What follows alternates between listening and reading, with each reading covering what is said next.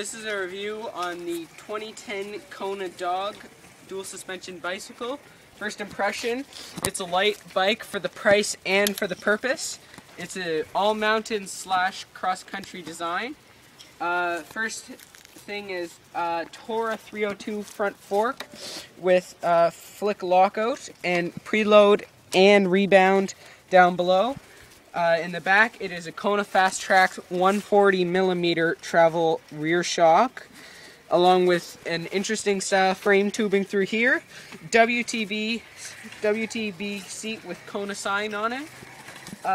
For the components, it has Shimano brakes along with Shimano Deore shifters, Shimano Deore front derailleur, and Shimano SLX 9-speed rear derailleur.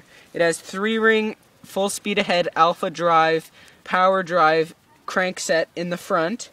It has currently, this does not come on the bike. It has a specialized water bottle holder on it with a full speed ahead gravity front head in all Kona components other than it has all Kona stem, bars, and seat post tubing and seat post clamp.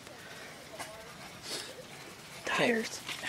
So on the front and back, it has Alex Rims AOE 18 tires with Maxxis Aspen tires on it, which are great tires for speed and mud at the same time, along with a larger setup for the disc brakes allocated to the all-mountain design of the bike.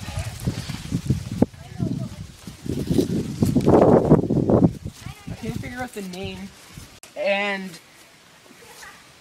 I'm trying to think. The bike comes with Shimano clipless pedals. The bike comes with Shimano clipless pedals and Kona grips also. Do you know what the bottom bracket is? Nope. Okay. This was Liam